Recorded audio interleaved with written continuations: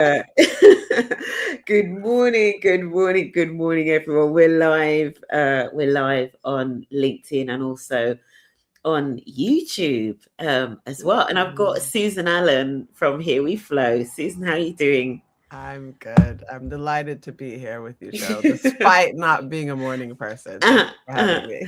Thank you so much for joining me so early. And I'm loving the headphones, man. Like, seriously, they're literally, I don't have my glasses on, right? Because I didn't have time to get them, but they're like glowing. Like, the earphones are like. These are very hot pink. I got these for a lifestyle shoot from Amazon. And it's incredible. Like, literally hot pink. Hot pink. It's my podcast signature because everyone's always like, please get wired headphones. So I'm like, nice. Yeah. I'm taking a note of that for sure. and then the other thing I'm seeing in the background is the books, which I love. I am a bookworm, and these are all random bits as well. You have everything from like Ta-Nehisi Coates to period. So Natalie Byrne illustrated. This was the early days when we had just started Flo. And so we're actually in the book, but she did a book on periods just to like help educate like young girls on it. And then Marcus Aurelius Meditations. You can never go wrong with that. James Baldwin, The Fire Next Time. What? Yeah. This is the library of a serious person. That's what I say, like Ta-Nehisi Coates, all the way to Marcus Aurelius. I've got like these are the bits. I've got some like all the trashy novels and things they're on the shelf under the desk. Yeah. Balance. Yeah, well, we contain multitudes, you know. Yeah, absolutely. Are those like the trashy novels? Is that what you take on holiday? Like, are those kind of like, same. Absolutely. The same. I'm just like looking behind me. I'm thinking what trashy book do I need to take on holiday? In fact, I tell you what book I'm thinking of taking on holiday, but it's not trashy. There's that new book, isn't there, about the person that left Meta? Is it called Careless? Oh yeah, they were like something terrorizing her. Yeah, I'm thinking of. Taking I bet you that's gonna be a thriller, man. Yeah. I don't know how relaxing it's going to be fair. It'll be entertaining though. Yeah. Maybe bring a second one to like palate cleanse after you. Yeah, I agree. But good morning, people. Honestly, please do say good morning if you're joining us live. I know a lot of people are on holiday, so you may or may not be joining us live. But if you're joining us live, say good morning. Let us know how the weather is where you are. The weather is crazy. Susan, I'm guessing you're in London, right? Yeah. But how is it this morning? It's too hot. Well, it's okay this morning, but like yesterday, I went to like a summer soiree thing with the Forbes family group had their event. Oh, nice. And I got an invite to that because of part of the top 25 Black entrepreneurs to watch for nice, very nice. And entrepreneurs, this is the conversation for sure. Yes. Yeah. And so I had on like this COS dress, which bless COS. I love them. Everything's made from like real fabrics. And so it's essentially like a pink muumuu. But there were terrible things happening under that dress, Cheryl. It was just hot. It was sweaty. And it's I know it's like it's so it's British hot. Of me. I've converted. Like we must discuss the weather. We must. We must. I start every episode with let's discuss the weather, but we are going to get into entrepreneurship, purpose-driven entrepreneurship for sure. Like this is the conversation with Susan. So what, top 25 Black entrepreneurs to watch? Yeah. Susan. It's UK Black Business Week and HSBC have been doing this list for the past several years. I don't want to say the wrong number of years, but I love to see who makes a list every year. And like, I was very delighted. You made it. I made it this year. Yeah. You made it, Susan Allen. Amazing. Congratulations so much on that. And I mean, there are so many things to congratulate you on in terms of like your journey of finding purpose, finding entrepreneurship, etc., and all of that stuff. But we often start with like talking about the weather, and I sometimes I feel like I could do the whole episode just talking about the weather, but let's not do that. I've got the incredible Susan Allen with me, And Susan, there is a tradition on here Mm. where I get Claude to write your bio, right? And then you Okay. get and then you get to score it out of 10. So today I'm joined by Susan Allen. Susan is co-founder and chief brand officer at Here We Flo, a femcare and personal care brand built around the idea that people should feel confident in life's messiest moments. I love that. You'll find it in Tesco and Boots, and it recently landed a partnership with Chelsea Football Club women's team to keep girls in sport. Susan was named this year in UK Black Business Week's top 25 Black entrepreneurs to watch. Before founding Here We Flo, she spent more than a decade in international philanthropy, ending as a director of diversity, equity, and inclusion, where she built a global DEI function from scratch. She also sits on the British Beauty Council's DEI committee. Welcome, Susan. That's pretty good. Okay, Claude. Is it good? That's pretty Claude good. did well. Yeah. Well done, Claude. I'll give you 9.5 out of 10 because you always gotta leave room. That's amazing. Yeah, there's always a room for improvement, right? 9.5 out of 10. Amazing. And good morning, Susan and Cheryl. Morning. I can't see your name. Apologies. Sometimes the streaming platform doesn't allow the name to pull through for some reason. So please let me know who you are if you're happy with the sunflower. I love that. I'm looking forward to today's session. Yeah, I haven't got my glasses on. I didn't. Between my back going into spasm just before we started and me running against the clock, I didn't have time to fetch my glasses. So I'm going to have to just like wing it and hope I can see. But we have got the incredible Susan Allen. Susan, obviously, in terms of how we first met, I was going to be joining you on a panel with you moderating, right? But when I heard about your story, I was like, I have to hear more. I just wanted to hear more. And I thought the kind of people that, sort of listen to these conversations in the morning will want to hear more. How did you go from that role to being a founder? So, the social justice baddie to tampon mogul to pipeline as well. Yeah, I mean, there's a link, right? Sounds natural to me. Yeah, social justice baddie. I love that. Yeah. So just tell us about that kind of the journey and why Here We Flo. So I don't know whether was Here We Flo the thing that kind of pulled you out of corporate, or were you in corporate and thought, I want to be an entrepreneur, and so I'm going to head towards your own business. Lisa McKindo. Lisa, good morning. Thank you for joining us, Lisa. Oh, what a question. So I definitely never had it in my head that I was going to be an entrepreneur. When I was younger, I think I wanted to be a mermaid. I wanted to be don't we all? I wanted to be a spy. I wanted to be like a food critic. I really had a deep desire to be a polyglot, but that is not a natural talent of mine. What is that? A polyglot? Someone that just knows loads of languages. Like that's always my favorite thing in like a spy film, when they show up and they're just like, he speaks Korean, he speaks Russian, I just wanted to like a bit of the shock value. Like it's like, why does this random Black woman know all these languages? It would have been a moment, Cheryl, but it's not my ministry. A vibe and a moment. Yeah. Sir, I wanted to be a brain surgeon, and then I found out when I was like 8 or 9, and I found out I'd have to be in school until I was 40, and I was like, that's too long.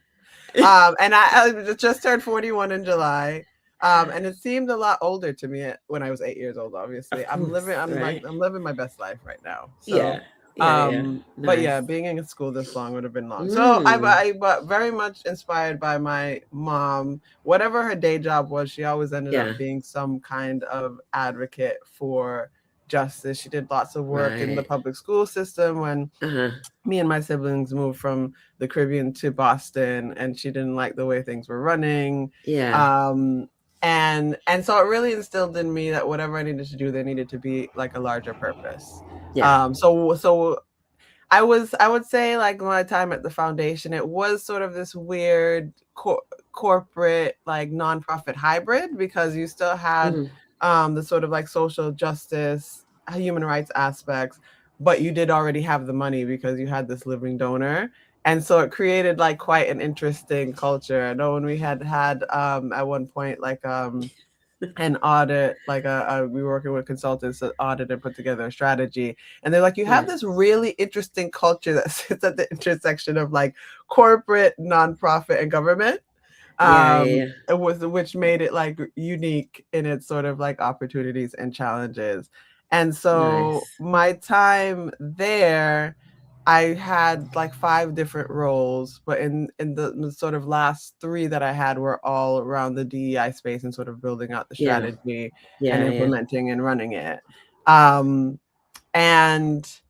while I was there, I did the program at LSE because it was like an executive master's. And the first day of the program, I met Tara, who's my best friend, platonic soulmate, co-founder. And it was instant best friendship. Like we met on day 1 and we spoke literally for 10 hours that day. Like we did not stop talking that day. And we were both had like quite unusual profiles for the program because you had lots of people that were coming from different sort of corporate jobs, very international programs, so from all over the world. And then Tara was working in the music industry. She was a music artist. And I was coming from this social justice. I'll never forget like the first time they really heard me, because I'm quite an introverted person and I used to be like quite shy introvert as well. I made the mistake on like day 1 of the class telling everyone this, and literally every time we had to present, which was quite a lot, they're like, Susan's presenting, and I'm like, I hate you all. But it was good practice. It really got me out of my shell. But it was, there was this, we were talking about the basic scorecard, and basically you have this top performer at a bank, but they're not doing any of the other sort of like soft skill things they're meant to do, and they're not following the values. Do they still get their bonus? And I like threw down the gauntlet at this class, so that everyone knew me after that class. But there was that sort of like vibe where we had very different perspectives than a lot of people in the class. And so after the first week and a half of doing these case studies where it's like, Paul had a problem with his P&L, right? It was all these companies that were, it was all left brain. And all about this like sort of commercial success. And obviously if you're running a business, commercial success is great. I love money as much as the next person. If you just shift that way. The reason why my nickname is Shoes is because of that rack of shoes up there. And those shoes aren't free, okay? So I love money as much as the next person. However, for me, I was like, surely you can take care about like community, people, and planet as well. And Tara really agreed. And so we were on our way to the Lose together in between classes, and I was like, you know what, like F the PayPal mafia, we need to start the feminist mafia. Like, let's start a business together and show them how to do this the right way. And because she's like proper hippie from California, like invented kombucha, interregenerative farming, like all of the things. She was like, yeah, absolutely, let's do that. Like, what's our moneymaker going to be? I'm having a really hard time finding organic tampons here. And this is 12, 13 years ago. So I'm like, what's an organic tampon? That sounds like a scam. Why do my tampons need to be organic? And she talked me through like, you know, the materials aren't listed on the product. You don't really know what's in them. You'd assume that it's cotton made with synthetic materials. You've seen the studies that have come out with them being found with like pesticide residue and different things. And so we wanted to make products that were using plant-based materials, so they'd be like less harsh on the environment. But the thing was around a brand voice that felt like it could speak to us when we were in our mid-20s. And that sort of the voice of the brand felt like that best friend chat we were having. So sort of like the business school sort of like wrap up succinct one was the product was accessible, affordable, adorable, and sustainable, and the brand voice funny, feminist, and fierce. And that's why it's the bright pink, it's the tampons come in an ice cream tub like that. If you're not sure, this is the rebranded version. And why that particular product? I mean, I understand like the whole thing about like bringing almost like the feminist energy into like the space of business, but why that particular product? Why organic tampons? Well, Why? Do you know what I mean? It was because it was just the fact that she knew about it, but I didn't know about it. And it was actually a gay man on a photo shoot that told her about it. It's just this thing that by chance you would find out about it. And we really felt like you should have that option, because there was this whole revolution in green and clean. So if you walk to a local shop, you could get natural baby wipes, organic apples, plant-based milks. Like, it was happening in all these other sections, but these things for intimate health, you didn't have a cleaner option for it. And so we were like, let's see if we can fix that. Yeah. What's really interesting, I mean, it's fascinating. I mean, hold the product up again, because I'm just I mean, I'm now the and to be fair, I went on to like a subscription service, right, for things like this. So I wouldn't shop really anymore in the supermarket. But you're so right that it looks like a tub of like Ben and Jerry's, right? Yeah. That's exactly what the inspiration was. So Tara, even she was vegan and lactose intolerant, but she always craved ice cream on her period. And before that time, they didn't have the vegan Ben and Jerry's yet. So we'd be like on a call. We used to have marathon calls, because literally our friendship is a stream of consciousness. So we'll talk about everything from like what actor we think is hot to what the cogs are for the product, and like who we want to partner with, and circling back. And she thinks she had put me on mute, and I can hear her in like Tesco digging through the thing trying to get the ice cream. So when we were designing the product, she's like, well, what should this look like? And I'm like, I'm going to take the piss out of you for the rest of your life. Like, put the tampons in the ice cream tub. And she's like, that's going to look terrible. But she's like, I'll take one for the team. I'll finish my pint. And then she put them in, and she's like, this looks really great. The other thing was, we knew that we wanted to go into retail. And I'm like, we do not have money. It's going to be a very long time before we can afford a billboard. The product needs to stand out on shelf. And it's been like one of the best things we've ever done. Most of the market actually is pads and liners. Like 80% of the market, that's what people buy. But this is the thing. Our Tesco, our first Tesco buyer called it a trolley magnet. Like, it makes you stop and say, what's ice cream doing in the middle of the period care aisle? And our whole job is to extend the 3-second dwell time that people usually spend on these products. They just grab it and go because of the shame and stigma that surrounds it. Get them to stop and look and consider something different, so that they can grab the product. So that is the story of the ice cream tub.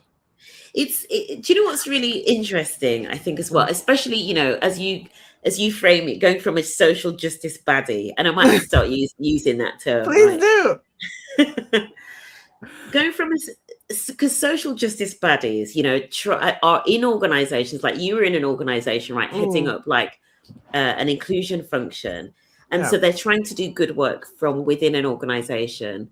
But then there is this other way of doing inclusion work in a different way, like, do you know what I mean? Which is kind of almost like what you're doing it now as your founder. Where do you almost like feel that you have more power to make change? Is it in a big organization where there's like, thousands of people, or doing what you're doing? I mean, in terms of like speed and impact, it's definitely easier in my organization. But I will say it's because of the lessons I learned in doing it in that larger organization. But it makes sense that it would be more challenging, because essentially I tell people all the time, my view on culture is it happens by default or design. And so you have a culture that's like emerged by 35 years of default. And now here I come in and trying to like shove design into the foundation of it. Of course, that's going to disrupt lots of things, because change is difficult anyway, whatever change you're making, never mind being like, hey, these are the spaces where your systems are creating barriers for people that come from different backgrounds and are experiencing different kind of diversity, and we need to make changes. That change is going to change for people. Like when we were on our panel, I said like one of my favorite quotes sort of capturing that is like, equality feels like oppression to the privileged. Like because you don't see your privilege. You're just like, this is how I'm existing. And now you want to change it and make it harder for me. Like, what's going on here? So there's so much that you have to sort of think about and deal with. Whereas when we came to Flo, when we were a team of 3 or 4, we sat down and wrote down our mission, vision, values. We just updated them maybe 18 months ago because the team had grown to be about 18 people. We're about 32, 33 now. And I was like, we need to, I put it on a copy of like Brideshead Revisited, and I like blanked it out and made it values. Okay. But it was like, we needed to make sure that they're still correct. How do they need to evolve so that it's growing with the business and doing the things that we intended for it to do. But I have the right to do that because I'm founder. Like they say that I'm culture queen of the organization, but I make sure that everyone knows they all own the culture. And the only reason why we're able to do the things we do and have the culture that we have is because everyone's contributing to it. And I have to, like, we have to model. If I say that I want it to be flat in terms of everyone's holding everyone accountable to the values, then people need to be able to call me and Tara out when they feel like we've not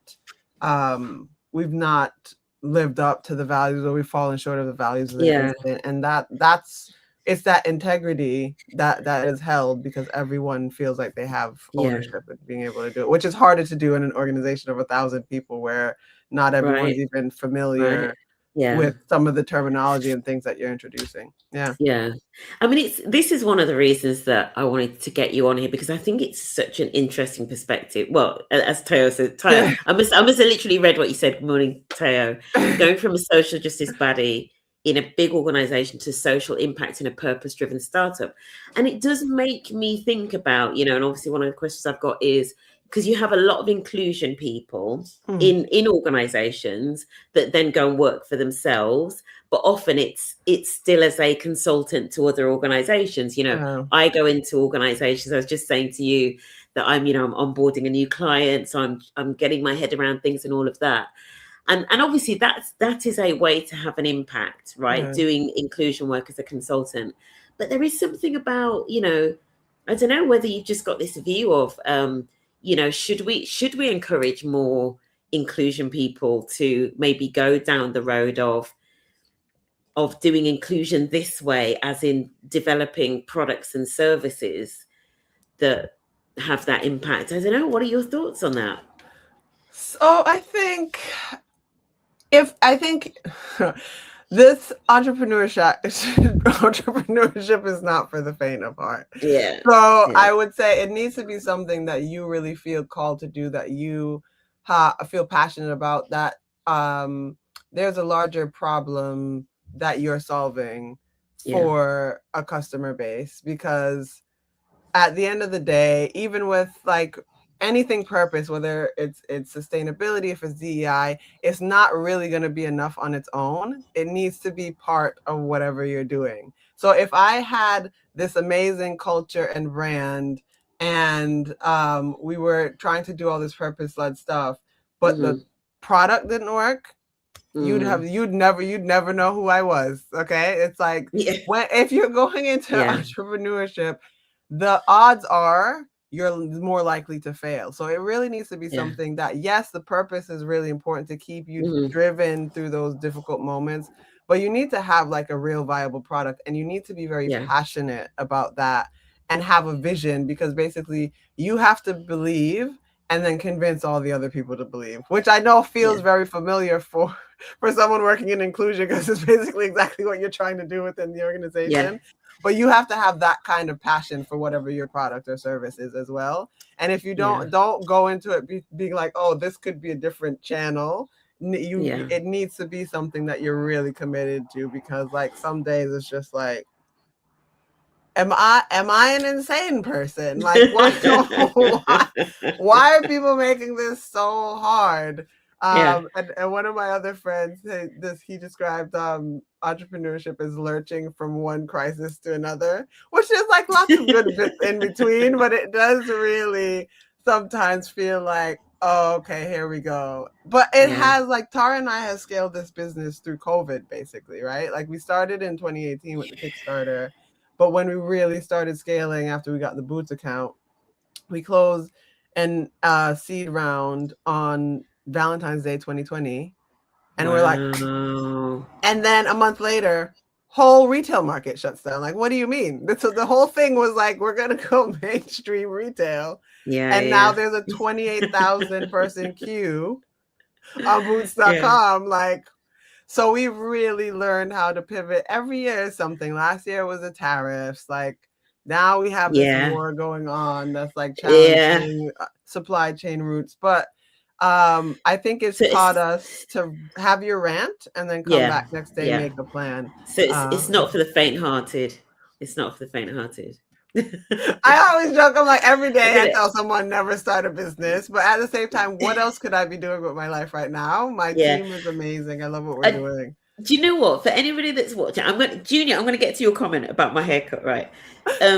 If put in the comments, what business would you start if you were going to start a business that wasn't consultancy or that extension of your day job? So obviously Susan Allen is a co-founder of Here We Flo. If you were going to start a business, what business would you start? Put it in the comments. Mine was always that I would start a coffee shop. I'm just going to put that there. Good morning, Junior Beeman. Good morning, Junior. Junior's put a link. Junior, what is that link that you put? Entrepreneurs/intrapreneurs. Because I'm really interested in that. Junior Beeman is the global co-chair of the Multicultural Network at NatWest. Cool. Susan, for your info. And he also works as part of the NatWest Accelerator. Hence, the interest in, and I feel is kind of on his own entrepreneur journey as well. Nice trim. Right, I went to get my hair cut. The hairdresser has cut this way too short. I'm like, I just want it to like a little bit off the back and the side. Classic. Thank you, though, Junior. Tayo, you said something here about inclusive ownership and values and accountability should not mean you cannot make a profit. Absolutely. Especially 100%. If you're a business. And even if you're like a CIC, so like if you're, unless you're a charity, but if you're like a social enterprise or something, you still have to bring in some revenue, right? Absolutely, for sure. Entrepreneurship is not for the faint of heart. Larger problem you are solving for your customer base. You need to have a real viable product. You have to believe and be able to convince other people to believe what Susan Allen said. I love that. That might be my first hashtag. Thank you very much. Hashtag WSAS. Oh, man. Absolutely. It sounds like Susan has an awesome blend of commerciality and leading inclusion. I agree. Is this your first startup, Susan? This is my first. Well, I will tell you when.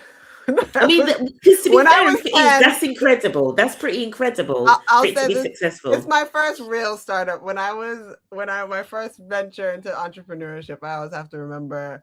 My little sister was 8 and I was like 12 when we started the S&M Snack Shack. My mom went and bought all these snacks. What a name from BJ's, because her name's Mabel and I'm Susan. Very, very complex name. And my mom went and bought all these snacks for us to like try to sell to people during the summer, and we ate them all. And that was the end of the shop. That's first lesson. This venture has been much more successful, but like lesson 1, never get high on your own supply. Right? I tell you what, though, that is a question. I mean, that is a great question, but I'm also going to ask you, I don't know whether that's still Lisa, LinkedIn user, what business would you start that's not necessarily an inclusion space, but to say that this is your first startup, Susan, I mean, that is not the typical entrepreneur path, is it really? The success that you've had in this is your first business, that is not typical for entrepreneurs, right? No. And a credit to you and Tara, right? Ooh, Tara. I love a good handbag. Tayo, well, exactly. So your shoe collection, are you a handbag person as well, or just shoes? I have a few handbags. When you spun around and showed the shoe closet, one of my favorite. I'll tell you what, I did not like the color pink before we started this business. We chose it because you shouldn't have any shame or around period products, and that helps it stand out. And now so much pink. Yeah, I love that though. A real handbag company for women who carry the world. I like that. That's going to have to be one big old bag. I mean, we're not talking bigger than, it's going to be the biggest Birkin you've ever seen. Surely could not fit into a Birkin, but absolutely. But yeah, if you, yeah, what business would you be? What business? Oh, Junior's put, it's my accelerator link. Sign up, Oh, guys. smart. Like, seriously. So we had an event in Junior's accelerator, which Susan, I would definitely encourage you to link up with Junior, because I know that, am I right, Junior, in thinking that, is there something about women entrepreneurs that you do to support in the accelerator? I could be wrong, but I think I might be right. But yeah, really a really cool space for entrepreneurs that want to come together and grow and all of that stuff. But yeah, tell me, what business would you start? I want to see it in the comments. I know there's a slight delay with LinkedIn, but we'll go through it. Maybe that's the LinkedIn live we should have done. We should have got Susan critiquing the business ideas and giving entrepreneur and startup advice. We'll do another one. Yeah, we will do, or we'll do another one just on the shoe collection as well. What's your favorite shoe? What's your all-time favorite shoe? So I have a fair few pairs from Sophia Webster. I just love. I think everyone deserves a bit of whimsy. I'll get them. Hold on, I'll be right back. Go for it. Lisa, I'm looking. Thanks for this. I'll remember not to eat any. Lisa saying, because I'm sure you can still hear me, Susan. Lisa saying, thanks for the answer. I'll remember. So Lisa was saying, thanks for the answer. I'll remember not to eat any product I might set up. That's the first hack. So these Boss Lady pumps are like my signature stilettos. So you know this is a pre-COVID purchase, obviously. But I love these. Everything she just makes shoes that just feel like feminine and fun and a bit whimsical. And even if the rest of the outfit is a bit like formal and corporate, these always just pop off. Boss Lady, I love that. That's my favorite. Exactly. That's my handbag dilemma. Shoes and useful stuff for sure. So Junior saying, for female founders, she scales. We also do focus groups for Black-owned businesses. You two should definitely connect, because for sure. So the panel that I did with you, Susan, was on intersectionality. So because obviously Susan is an incredible entrepreneur, but is also, and in the space that you're in with those other companies, you call it JEDI. So for anybody that hasn't heard the term JEDI, just talk about maybe the JEDI. Do you call it the JEDI Collective? I want to say JEDI Collective, yeah. Talk about the JEDI Collective momentarily for us. Yeah, absolutely. So JEDI Collective, we're all B Corp businesses of varying size, and it was pioneered by the founders of Pip and Not, the nut butter company, Cost and Press. Well, you'll know, make your delicious drinks and carbonated beverages, and Lucky Saint, the no alc beer company. And essentially, for smaller companies, it's difficult to have the resources to really invest deeply in inclusion work in the way you would in a larger corporate. Yeah. A lot of the things that are structured around those more corporate structures. And so they said, come together, pool our resources, and we'll be able to do sort of like programming for their whole thing. And so they've invited a few other businesses. So Moth Drinks are part of it now. Absolute Collagen, and Flo and Caravan Coffee have joined most recently. So it's now the 8 of us. Yeah. And we essentially do that kind of programming. So the panel that we did was for all of those organizations, which is why we had over 100 people join for our doc, actually. And there's 3 pillars that they're focusing on this year based on feedback that they got from the staff of all the orgs. Women in the workplace, neurodiversity, and race and ethnicity. And so Benji Kusi, who was also a panelist, had done initial training on microaggressions, just helping people understand what they were and how you sort of like respond to them from both sides of the coin. And so they wanted to do a panel this year, and I figured like a really important concept I found for people to understand is intersectionality, because it really informs how people who have multiple identities like the difference in how they experience things versus someone who's coming in and just sort of like white middle class, etc. And yeah, you guys did a brilliant job of like bringing that to life and giving really tangible examples. It was a great conversation. And for anybody that hasn't heard the term JEDI, just explain the J. Oh yeah. So it's justice, equity, diversity, and inclusion, and that's why all the B Corps are into it. Is B Corp has restructured their assessment process, and so they've added a 7th pillar that's focused on JEDI. I think to sort of help really institutionalize all of the B Corps needing to invest in this space in a real way. And so that's where that's coming from. We're not all Star Wars fanatics. And then Tyler was saying, did you have to review any potential trademark challenges? I think the JEDI Collective is as a model of looking at inclusion training, especially for smaller organizations. It's a really good model because you can kind of pool your resources. You know, if anybody, people don't have like massive budgets, so I think it's a really good system. For sure. Let me just go back through the comments because I feel like I missed something here from Tayo. Yes, please. Would love an in real life half-day event where you two could explore more topics over a meal. I'd love to do that. Junior, maybe we can make it work at the accelerator. Let's make that happen, maybe. Talking about I love to eat, so purpose-led, yes. You have me at meal. Purpose-led entrepreneurship or something, that would be really cool. This is Lisa. I think I'm not tapped into my entrepreneur senses yet. First thought is something related to gardening, maybe a community veg and flower growing club. I love that. I absolutely love that. And then this one here, Junior, I did spot this one. I started chuckling inside. Susan, do you know this song? Do you know this song? I know your heritage is Caribbean. Which island? Which island from the Caribbean? Montserrat. Montserrat, as my mom's Jamaican, right? So mom would be like, "Oh, small island people." This is the thing. This is the thing. All my life, I tell people I'm an endangered species because both my parents are from Montserrat, which meant I could not date anyone from Montserrat. So you know this song? Yes, I do know this. Yeah. I feel like somebody needs a rendition. Anybody that doesn't know this song, right, you need to Google it because it's hilarious. But Junior's suggesting a reframe, drink water and mind my business. That's such a classic. And then Tyler, so microaggressions are not micro, they're cumulative macro. They impact a person's well-being. On that panel, I think I gave an example, didn't I, of rather than a microaggression, what did I call it? A micro affirmation or something that I had from a previous boss. But you're absolutely right there, Tayo, for sure.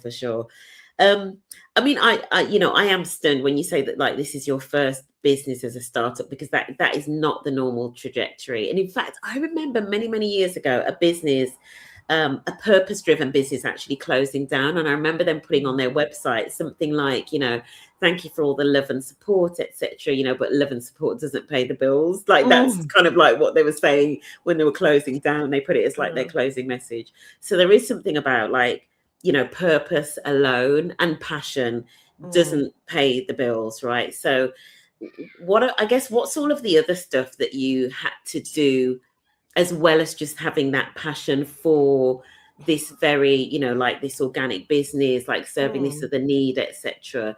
What's all of the other stuff, like the kind of like the commercial stuff and the business stuff that you had to have locked down as well to make it work? Because you said that you've got like 30 odd staff now or something. Yeah, we're like 32, we'll be 33 in a month or two. Yeah, which is a big responsibility, right? I really, for this, it's with anything in life, like it's preparation, it's opportunity, and it's a bit of luck, right? So Tara and I have such complementary skill sets, but such similar sort of like temperament, values-based, faith-based, like understanding that. So she's always like, she's CEO, I'm chief brand officer now. I've been the transient founder. So I was COO initially before we hired a professional COO. Then I was chief people officer, set up all of our benefits and structured everything with our recruitment process, all of that. and then was basically voluntold I was going to be in charge of marketing. We went into a meeting to plan for Tara's second maternity leave with our COO and our exec coach. And all three of them knew I was going to leave in charge of marketing. I was the only one who didn't have a clue about that. But like, it's that is sort of goes with my temperament, because I'm the kind of person that can come in and sort of like fill in whatever needs to be filled. Yeah. Tara is so able to, like, she has such passion for like sales. We both clearly love brand, but like for that retail sensibility, can like scour a P&L, even if it's not her favorite thing. Like, she can do these things, really interrogate it, is masterful with like supporting our shareholders. So there's the founder bits that we do together, but she leads on that piece. And then like, you see the shoes, like I'm the one that's out here. I'm like, what is this thing? Really understanding our sort of like Gen Zennial customer and where they're living. And like, I'm very, very like, I'm quite a humble person generally, but I have to say, like, I am very good at hiring people. Yeah. I don't know. And I'm like quite humble about what I don't know. And I think that was helpful as well, is like neither Tara nor I have ego about these things. We're like, we don't know anything about this. You hire in people that really do. And we're comfortable being in a room with people who know a lot more about the things we've hired them into to do than we know. But we know our brand and our vision and what we're trying to achieve. Yeah. And so you bring those things together. And then I love strategy and sort of like building things, problem solving. And so having that complementary skill set meant we were able to do a lot, just the two of us. We hired in, you're always going to make different mistakes, there's different pressures, etc. But like generally hiring in the right kinds of people to come in and support that vision. Yeah. And build what you're building, being able to have like really supportive angel investors. Like VC didn't work for us. But angels have been incredible, and that's why we've been able to build the way that we have. And then just people along the way, like taking the time to like talk to us about what we didn't know and give us really good advice, and being, you know, at the right place in the right time. Like all the pushback against single-use plastic is what helped us get our manufacturers to want to do more of the like plant-based materials that we wanted to do, which we wouldn't have been able to pressure them into doing as such a small business. So I mean, we've met people who have started period companies sort of like a few years too early.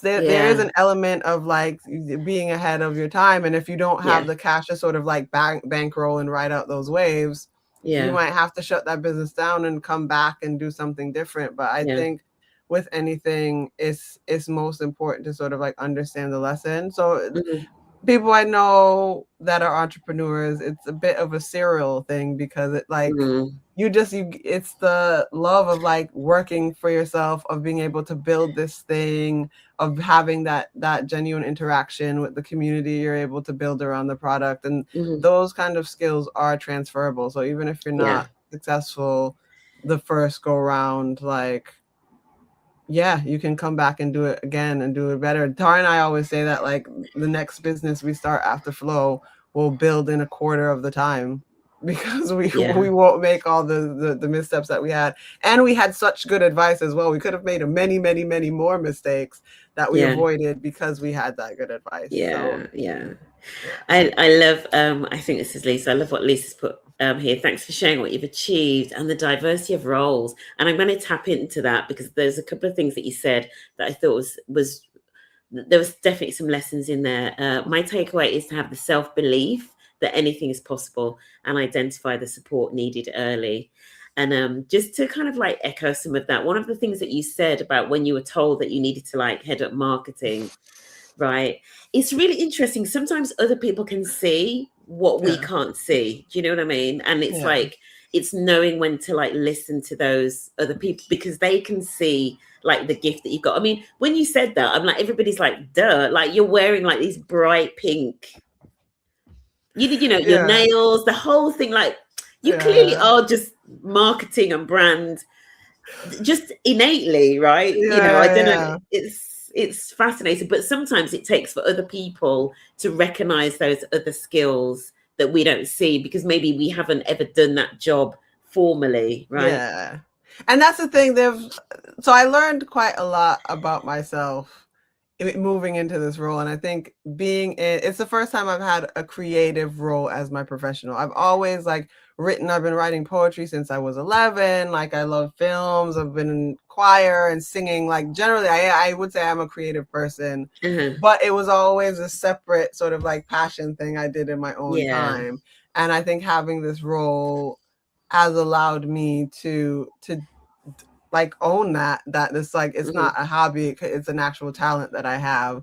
And so I am grateful for that. But like when they told me, this is why I chose chief brand officer instead of chief marketing officer, I'm like, you guys understand this is an actual profession with technical skill, of which I have none. And they're like, oh, you've built the brand. I'm like, I've built this one brand. I built this one brand. And then I'm going to go into the rooms with CMOs from like Google and Oatly and all these different places. And they're going to be saying things. I'm not going to know what they're talking about. And I don't like that. That doesn't make me feel good. But it's yeah. So I'm like, chief brand officer. At least I can say I've built this brand, and that is not a lie. But it's so the imposter syndrome was very real. But I think there was something that I had to see about myself where I get this comfort in like knowledge and knowing I have expertise in a thing. But actually, when I started the inclusion work, I had like practical knowledge in the sense that like I've been working at different nonprofits since I was like 12. But I hadn't done a formal role in this way, which is a different thing. So I got an amazing mentor, Arlene Rohn. I love her. You guys have to meet one day. She's amazing. But I just like got her, and she like supported me in building up. But she's like, you have the right instincts about these things. It's just the repetition. So everything has forced me out of my like shy introversion. I would say I'm still very much an introvert. Although when I tell people that, they like basically want to fall off a chair and they don't believe me. But I am so comfortable being quiet and and just eating cheese. Eating cheese. All of the lessons, Tyler's done a summary. Hashtag, you got your new hashtag today, Susan. Hashtag what Susan Ellen said. I wanted to pull out, what was the one thing here? I think Tyler's captured it somewhere. The hiring. Because obviously a lot of the people that I work with are ERG leaders, so employee network leaders. So when you talked about the hiring, and I wanted to ask you actually, what's your technique for hiring good people? And it reminds me of employee network leaders when they're hiring for their committee, right? When they're and I say hiring, obviously you need people to volunteer and all that, so it's not exactly the same. But this is something that actually I feel like a lot of some of the best companies in the world now, or certainly the ones that are growing, and say if I think about say Diary of a CEO, say your Stephen Bartlett's of the world. He talks, he basically, I don't know why I did that, roll my eyes then, but he basically says that he thinks his most important job is hiring, which I think is interesting because I do think that it's a different take to corporates. I think in big corporates, you actually sort of almost like delegate hiring, I say down as much as possible. But it's interesting that and even say, for example, companies like Netflix and that, they really talk about the importance of hiring the right people. And so I just, when you said about hiring, tell me about, first of all, I was going to ask, have you made any bad hires, but what does your hiring look like? And how do you know you found right? Are you fast? Are you slow? Is it long interviews? All of that stuff. I'm really I don't like. I hate a long process. I hate a job that doesn't tell you at least what the range of the salary is. I hate a job that like paints a very pretty picture. Then you've accepted the role, you get in, and just skeletons in the closet just popping out. But like, so my whole thing is like, you need to be transparent about what they're walking into, not the culture you hope they're walking into. What are they actually walking into? And if you want to change it, then you can explain to them your vision and your ambition. But you need to be real with people, because like the cost of like a lack of retention, people don't ever think about this. But the cost of like hiring someone in and having them leave lose that knowledge that they've built, and then having to do that whole process again is very costly in money, certainly, but also in time and capacity, team morale, etc. So for me, I think we start there with like everything from the job spec through to like the onboarding process is all like embodies what the culture actually is. And so, and I know the trust where it's like the right fit, where it's like you just trying to hire someone that's just like you. That's not the case here. Like we have so many like different personalities, backgrounds, etc. on this team of 33 women, because we're still all women. And but my thing is, when I say you need to be flowy, you need to be passionate about something. So for whatever reason, it seems to be really the ops and finance, real strong true crime like syndicate going on here. Really into this true crime, right? You have like the girlies that like love a shop. It's just like, if you're trying to make a decision between something, don't call me, because I'm gonna tell you to buy it and I'm gonna buy one too, right? Like this is not the ones that like. You have people that are like really into baking, that are into running, heavy foodie. So I say I'm foodie adjacent because Tara is a foodie, and then my ops director Belle also foodie. So they have this Google map of all their favorite restaurants. I'm allowed to add to it sparingly, but I do have access to the map, you know, this kind of thing. But everyone has a thing that they're passionate about. And we have, as part of, we have a culture, sort of like our closest thing to an ERG, which is like a general culture group, the Cozy Club, which stands for Culture on Site Yo. Yes, I did name that. By the Beyonce song. And so you have reps from each function within the business, and then Belle, our ops director, is the sort of exec sponsor, and I'm on there as our culture queen. But really, they run things, and because something that I learned when I was at the foundation, when I was under the president Chris Stone, he was like, I understand the power dynamics here. So people aren't going to rock up to me and be like, this is what I hate about this thing. Yeah. But he's like, they know you guys work in the president's office, and they will say it to you. So the beginning of every staff meeting that we had, he'd want to know what we're hearing. He doesn't need to know who said it, but like, what were we hearing generally, and what was to surface some of the issues. And so same thing, like we have, everyone has access to me within our business. But I know for some people, especially people that were hired and new, I'm still the boss. They're not going to come up talking crazy, but they will tell it to like our ops exec or like a marketing manager. And so I think it's important to think about those kind of aspects and make sure, even when people get into the company, that's the way to make sure that your culture is evolving with you. And so that process, and then also just respecting that the recruitment process isn't done until they've passed probation. And there's some things you just can't until they've gone through that period, right? And people also, so I won't say, no, I don't think we ever had a bad hire. We hired based on what we saw in the interview, but not everyone has a clear perception of themselves. Not everyone has a clear perception of what they actually like. Some people think, oh, I want to escape corporate. And then they get into a startup environment that has much less structure. And they're like, actually, I really like that structure that was in that corporate organization. And I really like those benefits. And I took a pay cut to be here. And maybe that's not the right thing for you. You know what I mean? So you have to have that safe period where it's like, is this a fit for you? Is this a fit for me?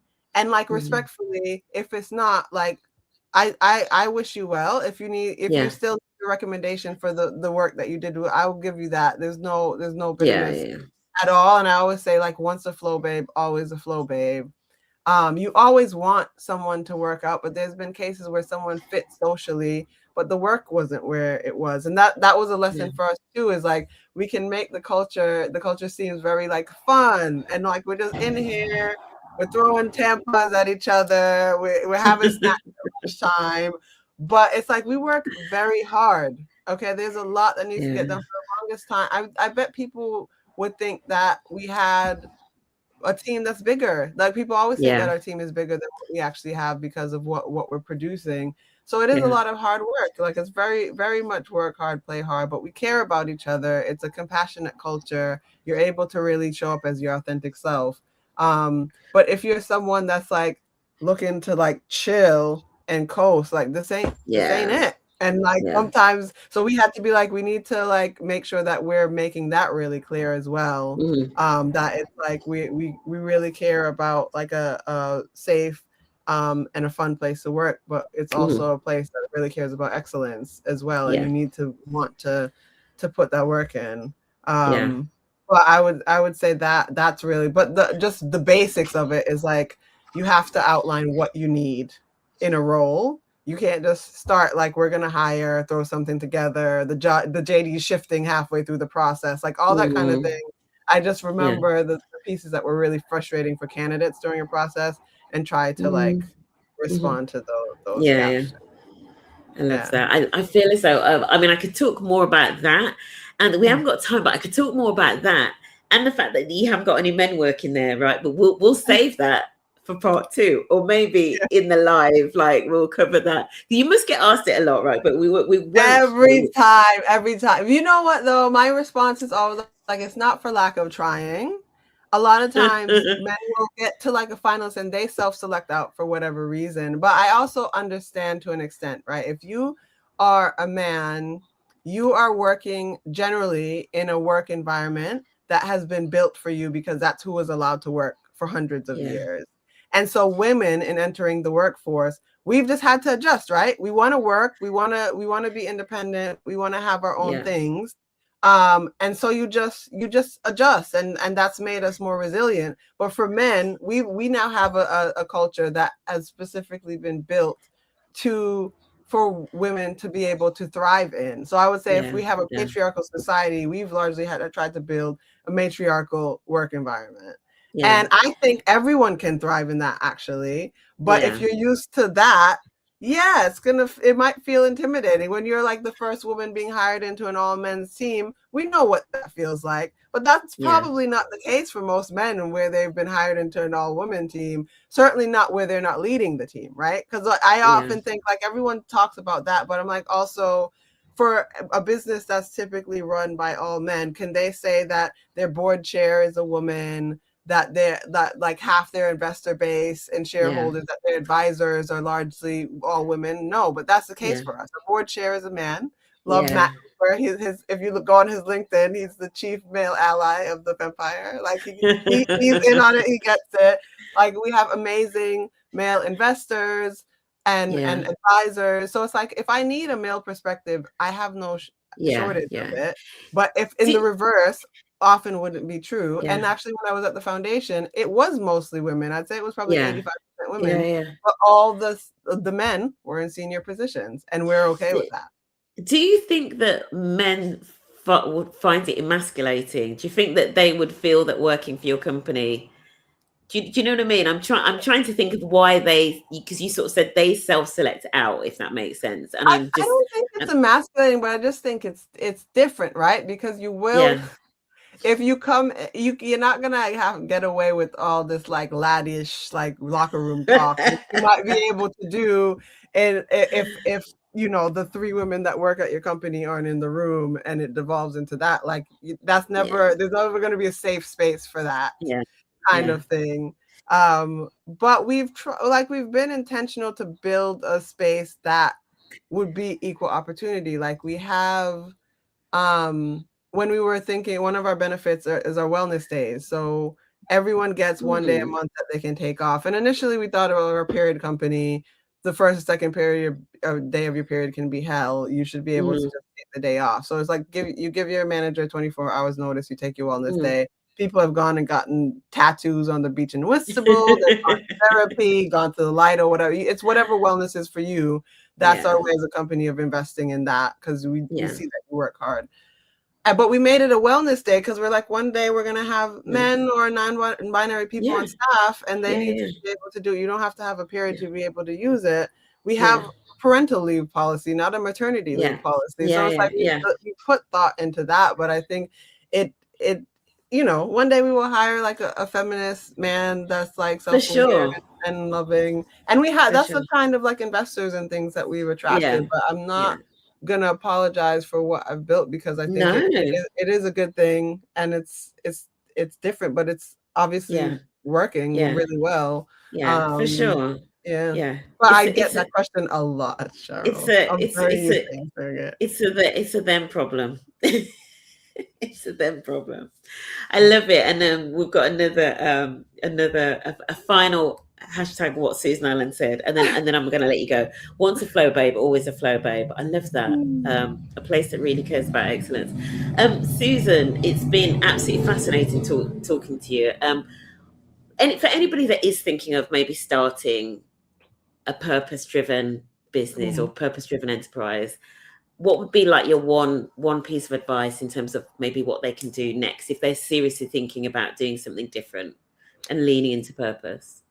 I would say what's been so key for us is like understanding your customer and meeting them where they are. So spend the time before you start spending money on any kind of product or prototype or any of that. Really understand what problem is it that you want to solve, and then find the people you think you're solving it for and ask them, like, how do you deal with this?